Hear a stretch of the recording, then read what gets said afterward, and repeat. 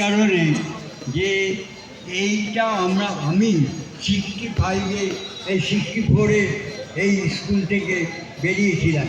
তখন আমার বন্ধু আমি আর সৌমেন বহু চেষ্টা করেছিলাম এই প্রাক্তনীদের একটা সংগঠন করার জন্য, কিন্তু তখন স্কুল বলতে ক্রম স্কুল, বহু দূর দূরান্ত থেকে ছেলেরা পড়তে আসতো, সুতরাং আমরা যোগাযোগ করে উঠতে পারিনি, আমরা সেই কাজে সাকসেস হতে পারিনি।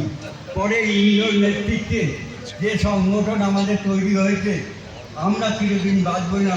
আমার মনে হয় যে এই সংগঠনটাতে চিরস্থায়ী হতে পারে।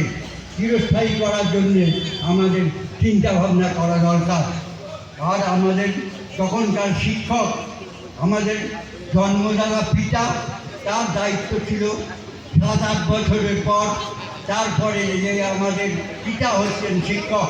তখন আমাদের সময় শিক্ষক এবং ছাত্রের পিতা পুত্রের সম্বোধন একবার সম্মান ছিল। তারা স্কুলে যেমন বাঘের মতন ভয় করতাম, খেলার মাঠে তারা বন্ধুর মতন। এর আগে আমার প্রেসিডেন্ট সব কিছু বলেছে, আমি সেই শিক্ষকদের, পুরনো শিক্ষকদের কথা ভুলতে পারবো না। আমাদের ফার্স্ট ডিএনএম, সেকেন্ড ডিএনএম, ধীরেনবাবু, শিববাবু, সত্যেনবাবু, সুধীরবাবু, কত নাম বলবো কমরেড। আপনারা এইটাকে বাঁচিয়ে রাখার জন্যে আমি বর্তমান যে কমিটি তৈরি হয়েছে সেই কমিটির সদস্যদের অনুরোধ করব যাতে এটা অচিরে বিরক্ত না হয়ে যায়।